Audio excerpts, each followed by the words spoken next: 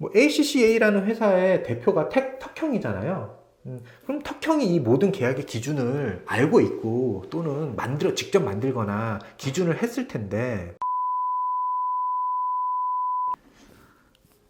안녕하세요. 얼마 전에 올린 사업하는 사람 관점에서 본 덕자님의 사건에 대한 영상에 대해서 잘못된 내용이 있어서 그 부분을 정정 및 사과 말씀을 먼저 드리겠습니다. 덕자님의 빼앗긴 계정에 대해 덕자님이 만들었다고 제가 말을 했는데요. 그 부분은 잘못된 내용이었습니다. 확인 결과 해당 계정은 ACCA에서 만든 계정이며 기존 덕자님이 만든 계정은 따로 있다고 합니다. 해당 부분을 정확히 알지 못하고 말씀드린 점 진심으로 사과 말씀드리고요. 앞으로 좀 더 정확한 내용을 올릴 수 있도록 주의하겠습니다. 불편을 드린 점 다시 한번 진심으로 사과 말씀드립니다. 자, 그럼 이제 덕자님 사건 과연 어떻게 될까요? 일단 제 생각으로는 한마디로 턱형은 말 그대로 뭐 된 것 같아요. 나쁜 말로 하면 된 것 같습니다. 법조계에 계신 변호사님들이 들고 일어난 분위기예요. 최소 5개 이상의 법무법인 및 법률사무소에 있는 변호사님들이 덕자님 사건에 이제 참여를 하고 계신 것 같고요. 거의 이 정도면은 변호사계 어벤져스급이라고 해야 되나요? 근데 어떤 분들은 이 변호사님들의 뭐 행동에 대해서 뭐 자기네들의 인기를 끌기 위한 부분이다 또는 억울하다 뭐 이렇게 말씀하신 부분이 있는데, 뭐 어쨌든 자발적이든 그게 억울하든 간에 덕자님에게 도움이 되어 드리는 거는 뭐 자체적으로만 봐도 존중은 받아야 될 것 같습니다. 그분들에 대한 생각은 나중에 이 사건이 어느 정도 정리가 되고 나서 뭐 판단을 하면 좋을 듯 하고요. 일단 덕자님 사건에 집중하는 게 좋을 것 같아요. 그리고 우리가 덕자님과 턱형의 그 계약서를 솔직히 정확히 보지 못했잖아요. 공개된 게 없으니까. 그래서 그 내용이 얼마나 불합리한지 또는 그게 얼마나 합리적인지에 대해서 판단은 정확히 못 내릴 수 있을 것 같아요. 그래서 단지 그 두 상호 간에 서로 간에 녹취나 주장만 있을 뿐이지 근거하고 있으니 뭐 이 부분에 대해서는 제가 따로 말씀을 드리지는 않겠습니다. 하지만 어느 정도 지금까지 나온 팩트라고 인정되는 부분 중에서 우리가 이제 좀 열받아 하는, 속된 말로 광분하고 있는 이유는 크게 세 가지인 것 같아요. 첫 번째는 일단은 배분 비율이 5대5 이 부분인데요. 뭐 이 부분은 비율도 문제지만 더 큰 문제는 그 비율을 떠나서 뭐 5대5든 9대1이든 뭐 그것도 중요하겠지만 그 개뿔 정말 아무것도 지원을 해주지 않고 5대5를 했다는 거, 그 자체가 이제 사람들이 굉장히 저를 비롯한 모든 사람들이 열받아하는 부분인 것 같은데요. 그 두 번째는 이게 지금 핵심이죠. 채널을 뭐 배분 비율은 그렇다 쳐. 채널 자체가 턱형 쪽에서 가져가 버린 거 부분인 것 같아요. 근데 사실 이 부분도 계약서 내용대로 한다면은 뭐 굳이 할 말은 없는 것 같아요. 계약서에 그렇게 써 있다고 한다면. 근데 문제는 앞서 언급한 것처럼 계약하는 체결 과정이 굉장히 매끄럽지 않았잖아요. 그리고 그 내용, 계약 내용 자체도 상식에서 굉장히 많이 벗어나는 내용이고요. 회사의 관점에서 보면은 회사가 만든 계정이 단행하는 회사가 아니냐라고 한다면은 뭐 틀린 말은 아닐 수 있어요. 하지만 이전에 덕자님과 턱형의 계약 과정에서 발생한 스토리들을 좀 종합해 보면은 아무리 턱 채널 자체를 턱형의 회사에서 만들었다 하더라도 상식적으로 좀 말이 안 되는 부분인 것 같습니다. 물론 법률적인 부분은 조금 논외로 할게요. 법률에서는 어떻게 볼지 모르니까. 그리고 그 이후에 이제 가장 또 사람들이 열받아 했던 건 역시 턱형님이라고 좀 그런가요? 턱형의 비아냥거리는 해명과 그 이후에 일련의 행동들이죠. 일단은 뭐 구체적으로 말하고 싶지 않지만 이 자체도, 해명 자체도 약간 거짓말이었다라는 게 이제 많이 나오고 있는 내용인 것 같고, 그 다음에 그 이후에 뭐 인스타나 이런 데서 뭐 올린 내용들이 참 그렇죠. 네. 솔직히 만약에 제가 그런 상황이 생기면은 그냥 뭐 해명도 해명이지만 해명 이후에 입 닥치고 가만히 있을 것 같아요. 그분이 뭐 그만큼 자신이 있는 건지 아니면 좀 생각이 좀 부족해서인지 잘 모르겠지만 아무튼 9대1은 또 뭡니까? 그거 9대1 그거는. 어찌되었건 현재 덕장님과 턱형과의 이번 사건은 서로 간의 합의보다는 이제 법에 의해서 판단을 해야 될 상황으로 넘어간 것 같아요. 그러니까 일단은 법의 판단을 존중하고 믿어보도록 하겠습니다. 일단 법으로 해결하자는 분위기니까 당연히 턱형 쪽에서는 계약서를 기반으로 특히 어찌되었건 그 계약서 자체를 직접 덕자님 손으로 사인을 했다는 부분, 뭐 누군가의 강요에 의한 것이 아닌 본인 스스로 사인을 했다는 것을 집중 공략할 거로 저는 생각이 들고요.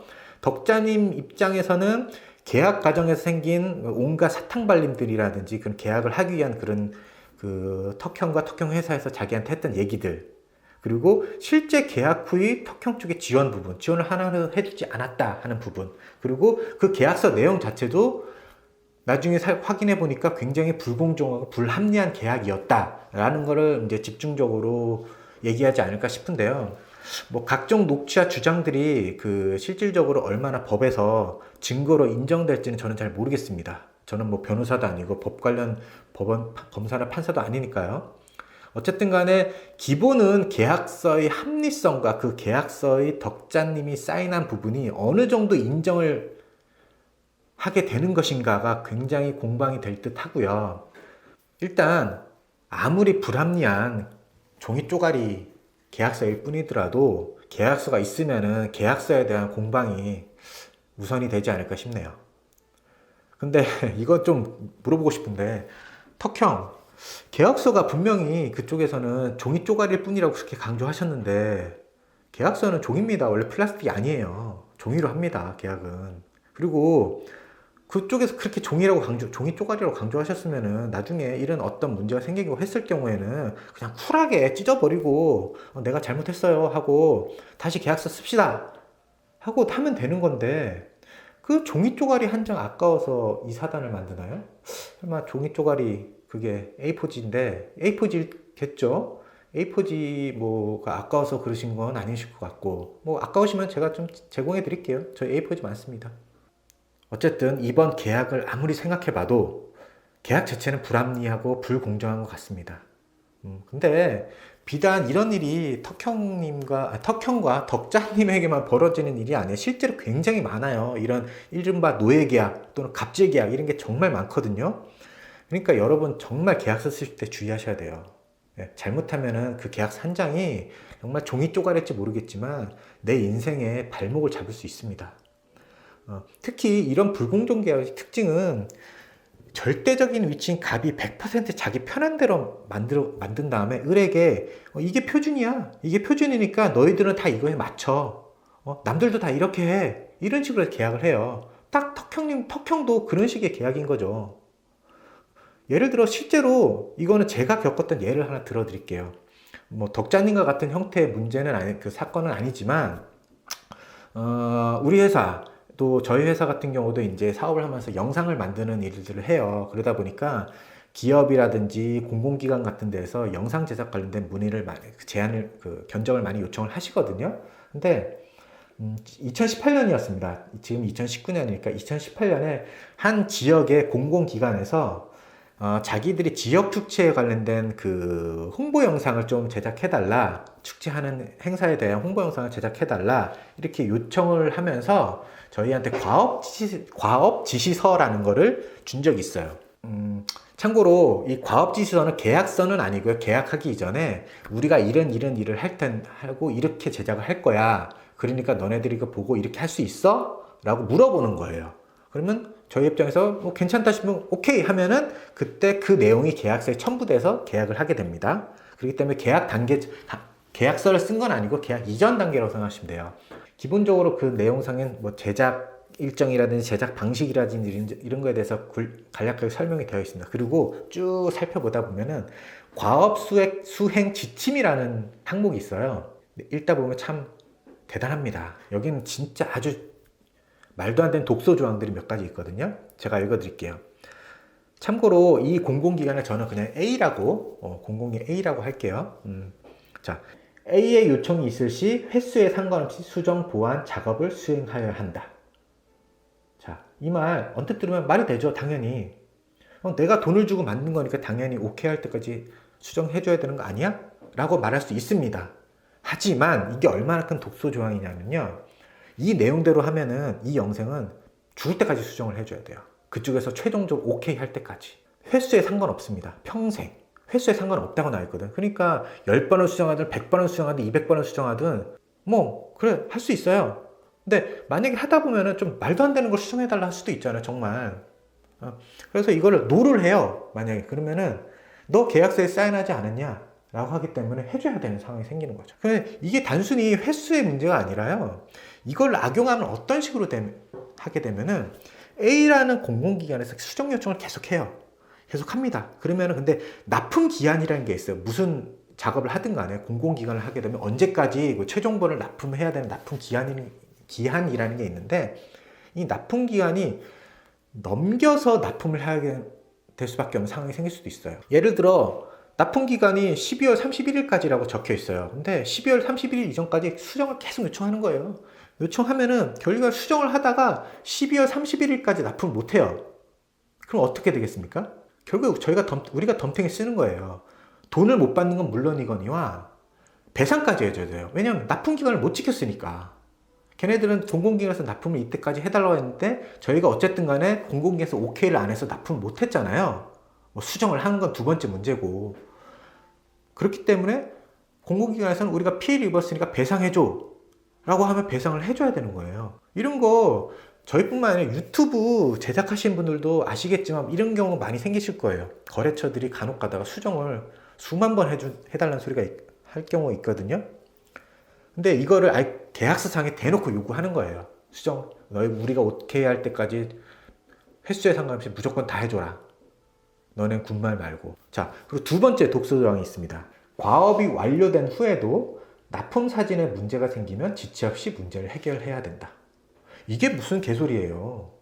자기들이 최종 컨펌 받아놓고 컨펌해서 납품했는데 거기에 또 그 이후에 문제가 생기면은 해결을 하래요. 당연히 문제가 생기면 해결을 해줄 수도 있습니다.